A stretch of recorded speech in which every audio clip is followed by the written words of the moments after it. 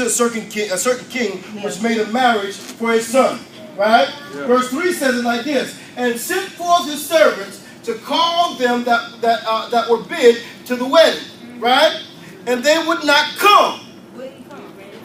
Verse 4 says again, he sent forth other servants, saying, tell them which are bidden, behold, I have prepared my dinner, my oxen and my fattened calf, and I killed them, and all things are ready. Come to the marriage. Verse 5 says this: but they made light of it and went their way. And one of his farms, went to their farms, right? Verse 6 says it like this: and the remnant took his servants and treated them spitefully and slew them. Verse 7 says, but when the king heard this, and this is where we started reading, and sent forth his armies and destroyed those murderers and burnt up their cities. Right?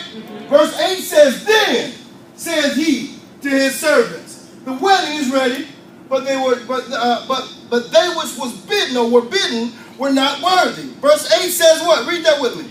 Go ye therefore into the highway, and as many as ye shall find, bid to the marriage. Keep going. So that the servants went out into the highways and gathered together all as many as they could find, both bad and good. And the wedding was furnished with guests. Verse 11 says what? When the king came in to see the guests, he saw there a man which had not on his wedding garment. Verse 12 says what? And he said unto him, friend, how comest thou in heaven, not having a wedding garment?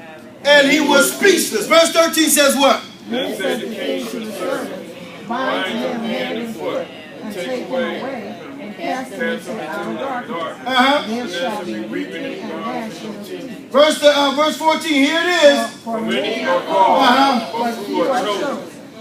That's good. Yeah, that's good. Wow. I told you earlier that your purpose is not your calling. Yes. And what we've been used to justify our calling is this scripture. But in this particular scripture, he's talking about a wedding. Yes, he is. Not about what you were called to do. That's right. Yes, thank you. That's why I read all that from verse 2 all the way down to here. Because I want you to see what the whole story was about. And we've used one scripture to justify us doing what we're good at doing. My God. Wow. You're just good at doing that. Doesn't necessarily mean that that's your calling. And if I could really help you out, what you're really doing is tapping into your potential and using your potential, because we said one of the definitions for potential is untapped ability. Yes. Thank you very much. So we've been using the scripture to justify us doing something good.